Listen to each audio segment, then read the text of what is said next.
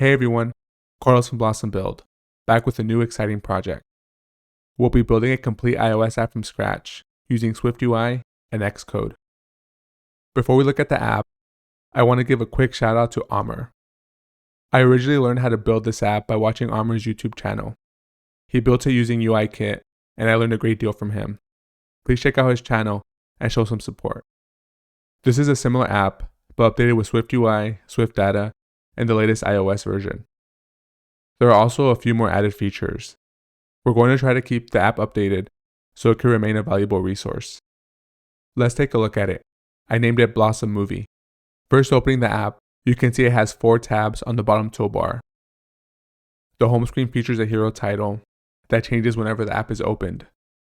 Scrolling down, the app shows trending movies and TV shows, as well as top-rated movies and TV shows. We're able to scroll vertically to get more titles that are instantly loaded. This is possible by working with the Movie Database API. Clicking on a title opens the details screen. This screen contains the name, description, and a YouTube trailer. This project also works with the YouTube API. Navigating to upcoming, we see a list of upcoming movies in a vertical list this time. We can scroll down to quickly get more titles. Selecting any title brings up the title details screen. Moving on to search, this is my favorite part of the app. The title's on a grid this time, and we can conduct a search. For example, I can search for Harry Potter and instantly get results. We can cancel, and a default list displays. The button up top can be pressed to switch the search to TV shows. I'll search for my favorite TV show, Breaking Bad. Finally, we have the download tab. Currently, this message is displayed because we have no downloads. If we download a title and go back to the download tab, it displays right away. Closing and reopening the app does not remove it from the download tab. Instead, we can swipe left to delete the title. This is a great app to build for some practice with SwiftUI, APIs, Swift Data, and more. I'm excited to start this journey with you. We'll see you next time. We're ready to start this project. The first step, of course, is to create it. Before that, please make sure your Xcode and macOS are updated. I'll select Create New Project. We're going to be making an iOS application. Next, for the product name, let's go with BlossomMovie. I do have myself as a team. To do this, you'll have to log in with your Apple ID. You can also use none. The organization identifier is the domain name of your company backwards. I have mine as Blossom Build, but feel free to use yours or make one up. Interface has to be SwiftUI, language Swift, testing system none, and storage none. We'll be using Swift Data as a storage. However, if we select it, the project will create unnecessary code. It's easier to add later. Hit Next. You can save this project anywhere you like. Select Create once you got your folder.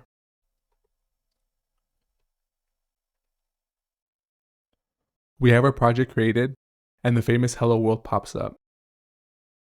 I'll do Command-Control-F to go full screen. I'll also make my canvas smaller to allow more space for the code. I do want to write just a bit of code to get our feet wet. A good place to start is to create the 4 tabs our app will use. In the content view, we can delete from padding up to VStack. Instead, type TabView, open curly brace, and enter. Inside the TabView curly braces, we need to define our tabs. Type tab, open parentheses. There are 2 parameters here. First, a string for the tab name. Quote, type in home, and quote again, comma. The second parameter is the icon image we want to use. We're going to be using the free SF symbols built into Xcode. Type system, and Xcode is recommending the correct name. Press tab to autocomplete.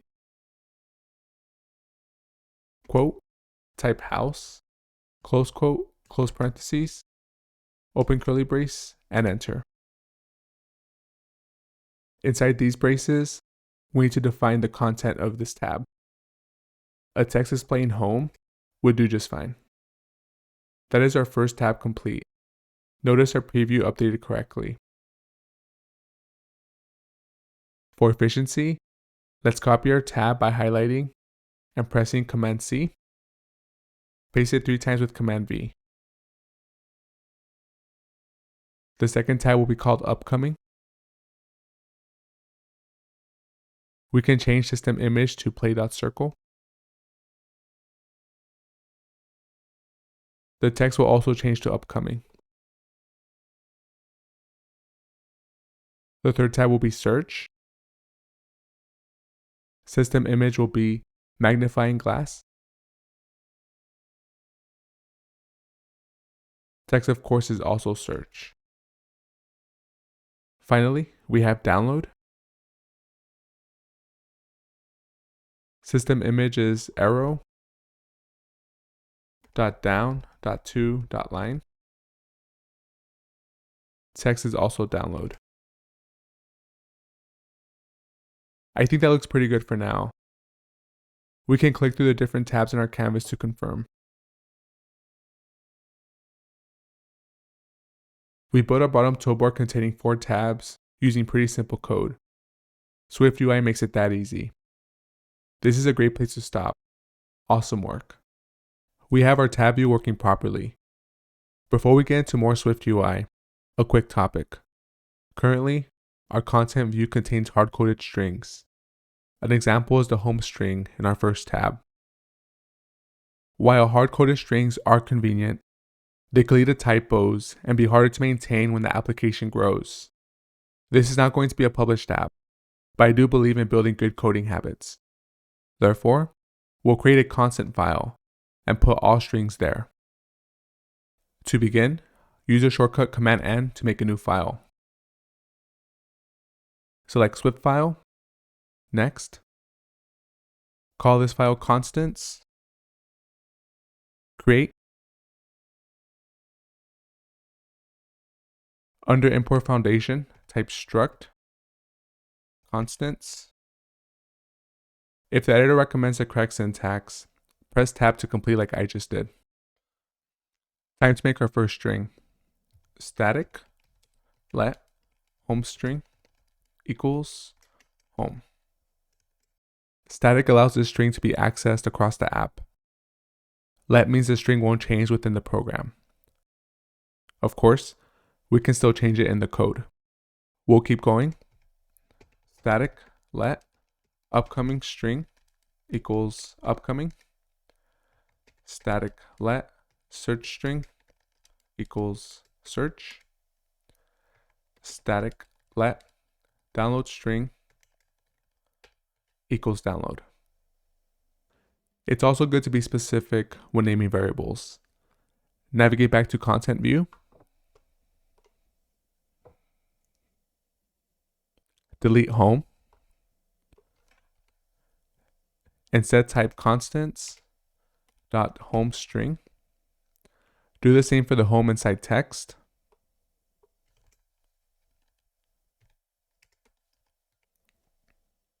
Upcoming is next.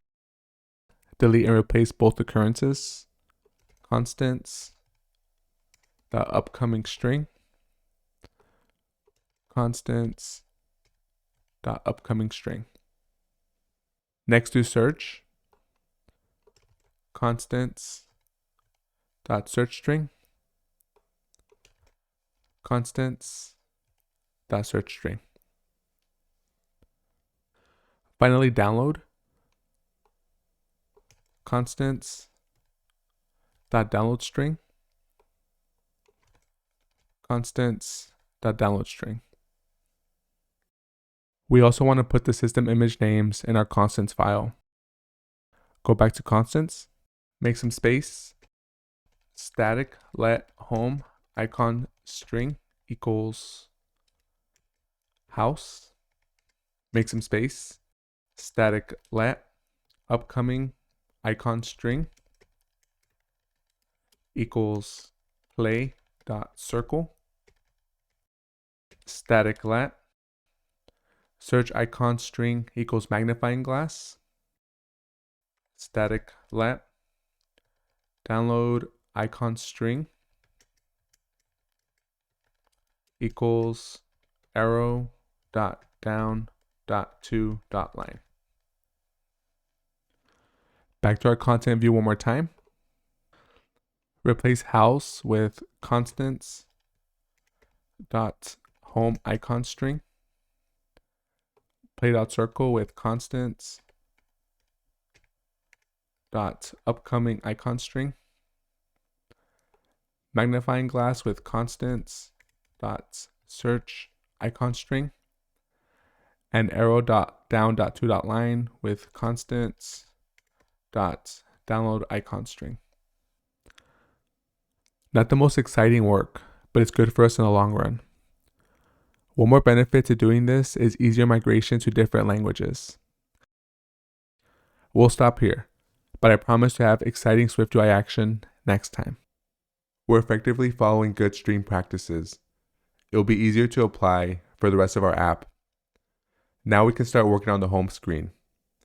I do want our content view to stay clean and just hold the tab view.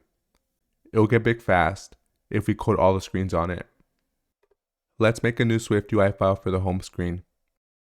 Press Command N, SwiftUI view, next, home view, create. The home screen first features a hero title.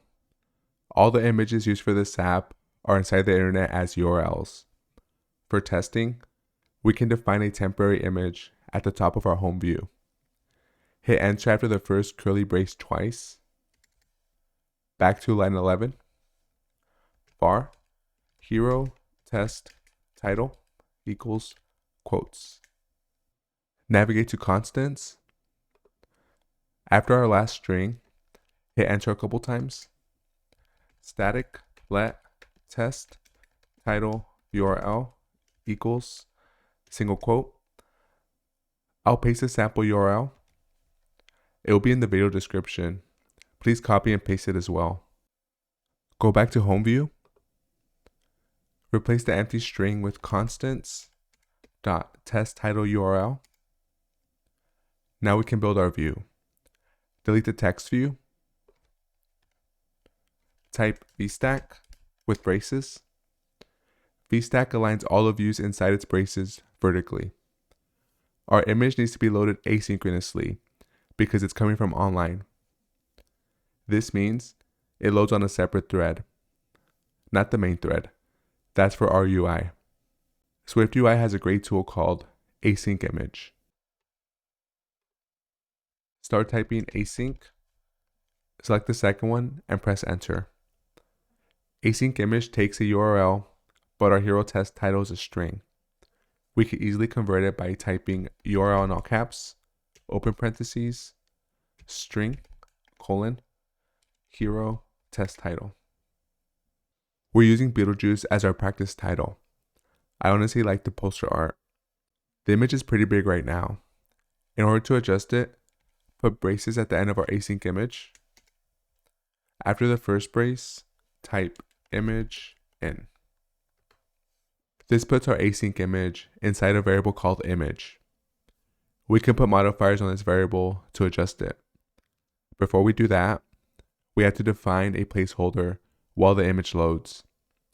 After the async image curly braces, type place and hit enter to autocomplete. In the placeholder braces, we can type progress view. As the image loads, progress view, which contains a progress circle, will show. Let's go back inside our async image braces. Type image.resizable.scale to fit. These two things we just added are called modifiers. Modifiers allow us to change our views. In this case, We're allowing the image to be resizable and fitting it in our parent view without distortion. Modifiers are usually in separate lines so they can stand out. Put your cursor right after the E in image and press enter. I'll press escape to dismiss that suggestion. Press enter again after the resizable closing parentheses. This is looking pretty good. I also think it's a good place to stop. Great job on this one. Our hero test title is displayed correctly. Under the hero title, we need 2 buttons. One button to play the trailer, and another to download the title. Make some space after the placeholder braces. These 2 buttons should be side by side.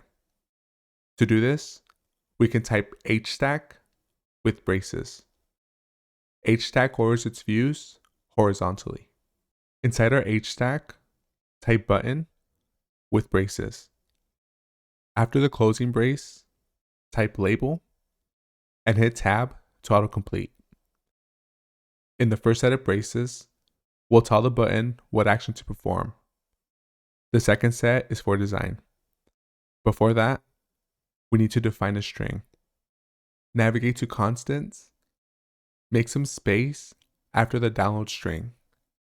Static let play string equals play.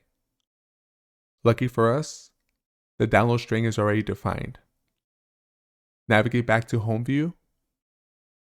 Inside label, type text constants dot play string.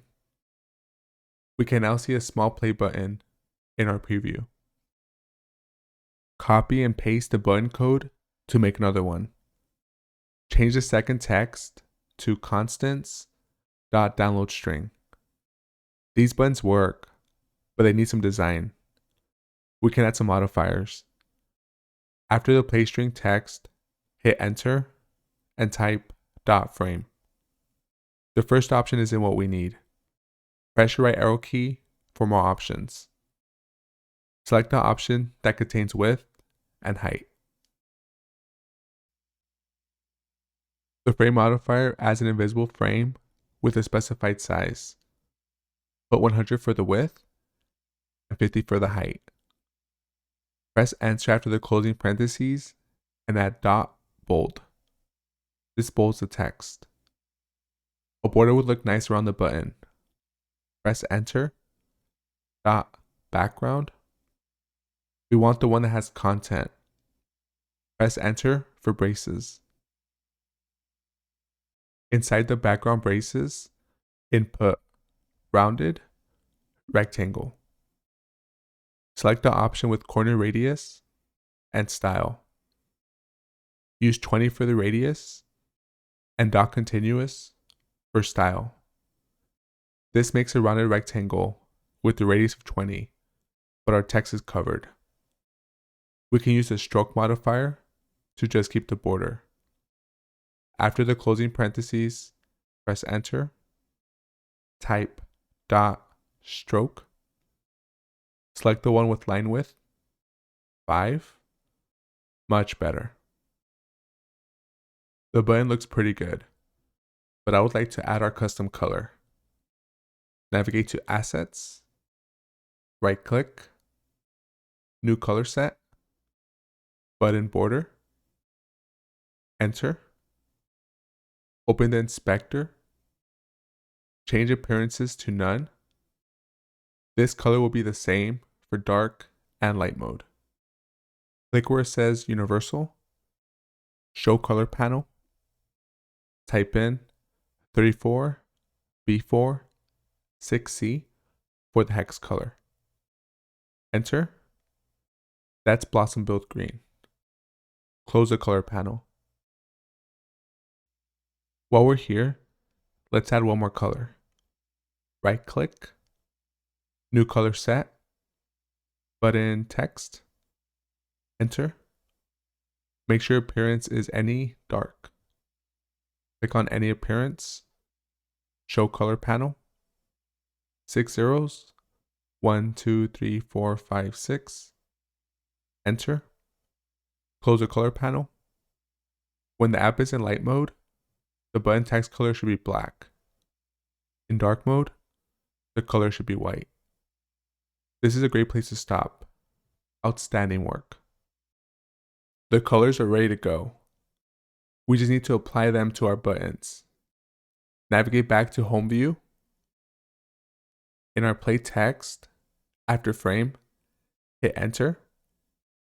Type dot foreground. Press Enter on foreground style. Use dot button text for the argument. This modifier defines the text color. A quick reminder, button text is black for light mode and white for dark mode. We can test this by selecting Canvas Device Settings, Toggle Color Scheme, Dark Appearance. The play text changes to white.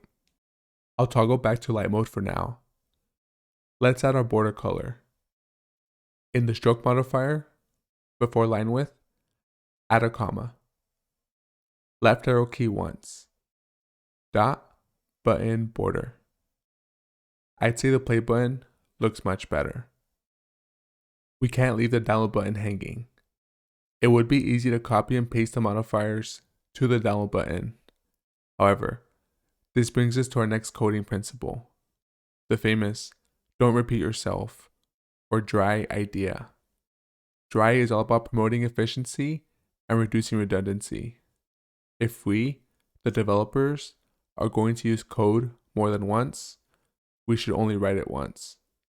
Of course, as with any principle, try to follow it the best you can. Don't lose any sleep if you can't use it 100% of the time. This button style is used a few times in the project. Hence, let's write the code once and use it more. Notice the modifiers are on text, not the button itself. Therefore, we can create a function that automatically applies these modifiers to a text.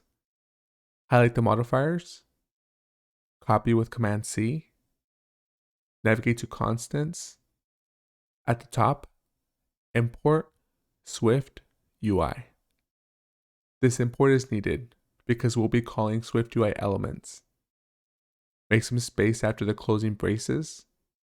Type extension text with curly braces.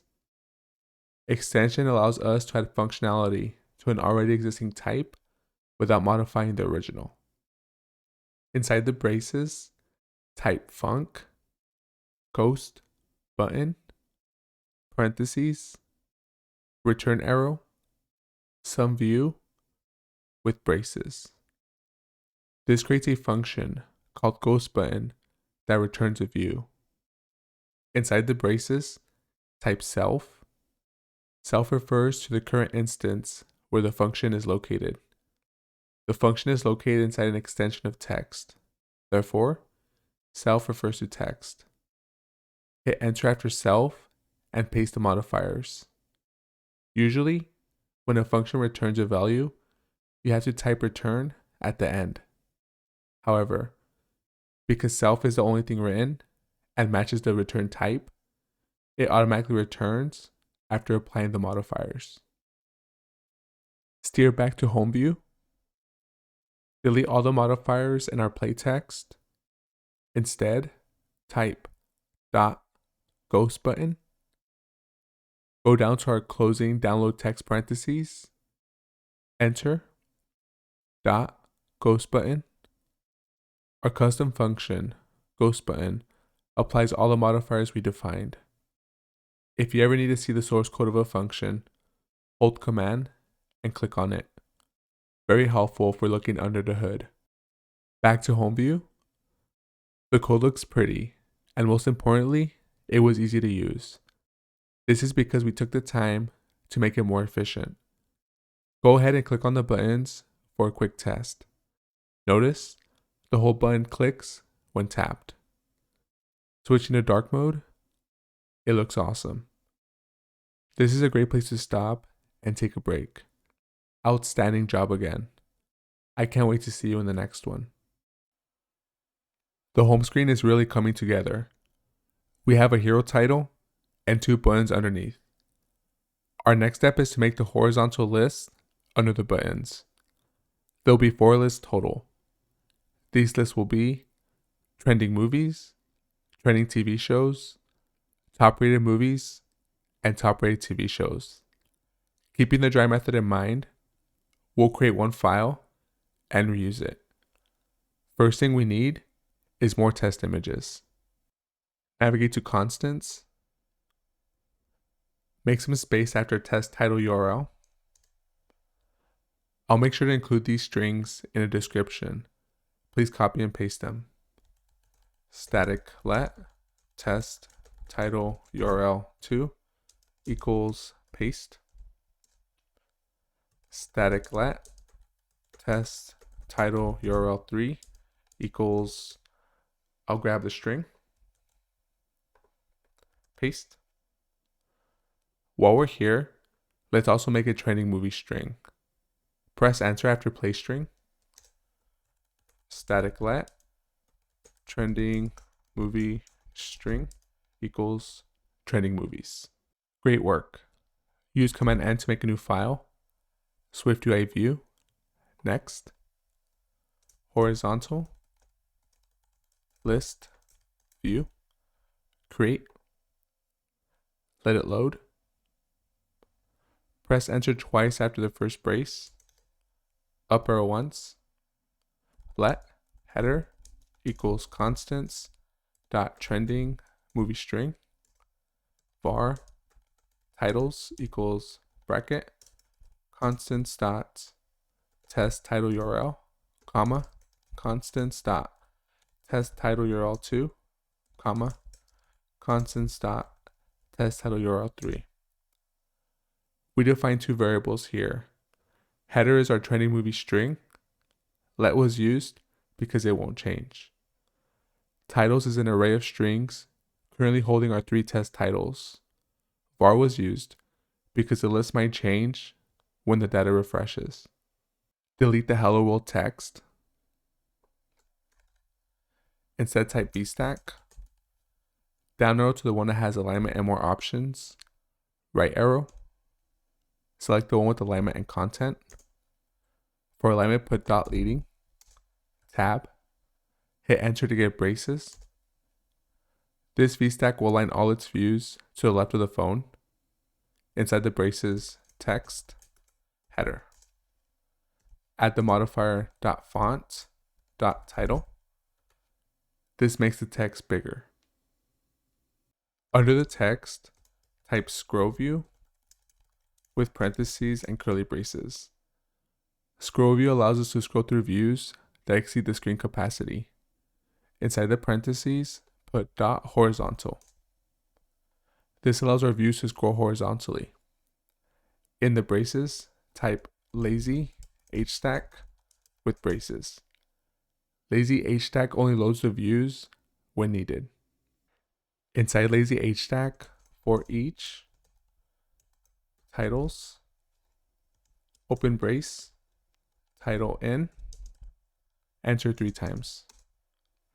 For each is a handy tool that loops through a list. It also gives us access to each element. We're getting an error because each element needs to have an ID. Since each string is different, we can use the string itself as an ID. After titles, comma, ID, colon, backslash dot self. We can now access each element in our titles array. Each element is represented by the title variable after the braces. Inside for each, we'll use AsyncImage. Select the one with the URL, string, title. That loads our images, but we desperately need some modifiers. Open brace, image in, enter 3 times. After the brace, type place, tab, progress view in the placeholder. Back inside AsyncImage, image, enter, .resizable, .scale to fit. We've seen these modifiers in our home view. The difference is we're going to add a frame to better contain it. After our placeholder, .frame, right arrow, Select the one with width and height. Do 120 for width and 200 for height. Alright, we're almost there. A frame is needed on the parent VStack itself. There are quite a few closing braces, but if you double click on the leading VStack brace, Xcode will show you where the closing brace is. After the closing brace, enter, dot frame, right arrow, only height this time, do 250. This constricts the view to have a max height of 250. We're pretty close to the edge. To fix this, we can add a padding modifier. This creates space. The default is 16 points. Put 10 in the parentheses for less space. Wow, we did a lot in this video. Great work as usual. Let's take a break, and I can't wait to see you in the next one. We're almost done with the horizontal list view. Before we use it in our home view, just a few final details. To begin, after the image scale to fit modifier, add the clip shape modifier. Inside the parentheses, type rounded, rectangle. Select the one with corner radius. Use 10. This modifier gives our images nice rounded corners, slightly more modern looking, in my opinion. Next, I would like header to be dynamic. If we use the view now, header can only be trending movies. This was great for testing. However, our view is finished and ready to be versatile. To do that, delete everything after header. Instead, type colon, space, string. This allows us to define a string for header when calling the view. Very helpful, since we'll have 4 different types of lists. There's an error in the file because our preview needs an argument for header. Scroll down, click on the error, select fix, click on the string, type constants, .trending movie string. This wraps up our horizontal list view. Before we put it in our home screen, navigate to constants, make some space after trending movie string. Let's define the rest of our headers. Static let trending TV string equals trending TV. Static let top rated movie string equals top rated movies. Static let top rated TV string equals top rated TV. Steer to home view. We want these titles after our buttons. Double click on the starting H-stack brace to find the closing one. Make some space after the closing brace. Horizontal list view with header. Constants.trending movie string. Copy that line. Paste 3 times. Change the second one to constants.trending TV string. The third one to constants.toprated movie string. And the last one to constants.toprated TV string. The horizontal lists are displaying correctly with the right headers. However, our home view doesn't look the best. This is because the number of views exceed the phone screen. To fix this, we can add a scroll view to our parent view. This can easily be done by scrolling up, right-clicking on our VStack, select Embedded, Scroll View. Much better. While we're here, we should change the VStack to Lazy VStack. Lazy VStack is best here, as the views will load when they are needed. The home view layout is really close to being done. To finish up, I want to improve the hero title slightly. If we click on an empty line and hit space on our keyboard, this makes the view reload. Watching the hero title, it kind of just pops up. A frame modifier will fix this. We're going to need the size of the screen to pull this off. This can be done by using Geometry Reader. Right-click on Scroll View, Embed, Geometry Reader. After the braces, Geo in. Navigate to the placeholder closing brace. Enter, dot frame, right arrow, select the one with width and height. For width, type geo, dot size, dot width. For height, do geo, dot size, dot height. This makes the frame the size of the screen. We can make this better by adjusting the height. Type times 0.85. To summarize, we embedded Scroll View into Geometry Reader. Geometry Reader got the available screen space minus the save space. We put the frame of our hero title to the full width of our available space. However, we only want the height to be 85% of the available space. Now if we test, the hero title doesn't jump on screen. As mentioned before, home view is close to being finished.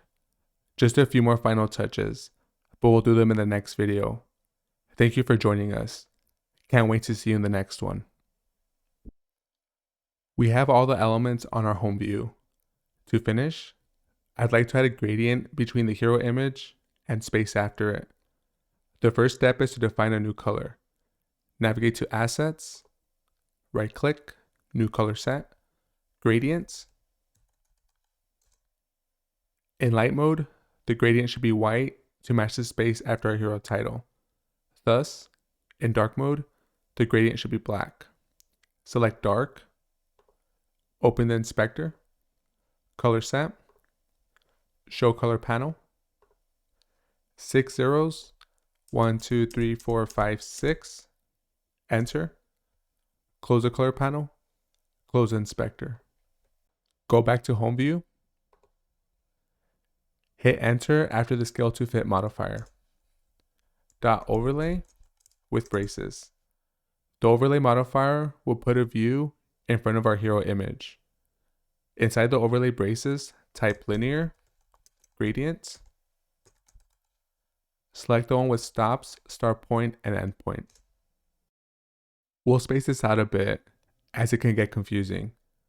Right before the S in stops, press enter. Press enter again before the S in start point. Finally, enter before the E and end point. Double click on gradient.stop. Left arrow key once. Add an open parenthesis. Enter on the suggestion, color location. For color, use dot clear. Tab. 0.8 for location. The editor is recommending adding another gradient.stop, which is what we need. Press tab to complete. The second color should be dot gradient. Location should be 1. Press enter before the second G in gradient to space it out better. For start point, dot top. Tab. Endpoint will be dot bottom. Let's break this code down. Linear gradient creates a smooth transition between colors along a straight line. In this case, it transitions from clear to our custom gradient color.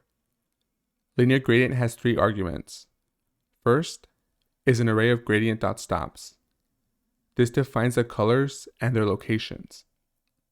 Start point and end point define the direction of the gradient. In this case, it starts at the top and ends at the bottom of the async image. Picture 0% means the top and 100% the bottom. From 0 to 80, the gradient is clear or fully transparent. From 80 to 100, the gradient transitions to our custom gradient color, white or black, depending on the mode. We can see in our preview, the gradient really makes the design pop. I'll switch to dark mode. It looks just as awesome.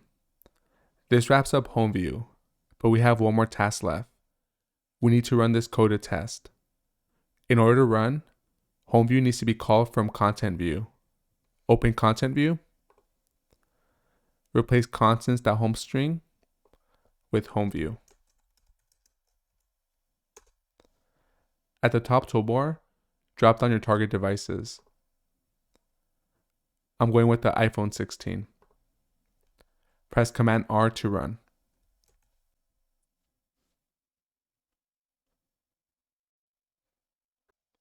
If everything works, you should have our home view displaying on your emulator. We can scroll down to see all of our titles. Testing the horizontal list, they seem to work. A quick note, our play and download buttons work, but don't click smoothly. You have to long click to get the animations. This is because the buttons are embedded in the scroll view. The scroll view swipe gesture takes priority over the button animations. But don't worry, the buttons still work 100% of the time. This truly wraps up section 1. We learned a lot in these 9 videos.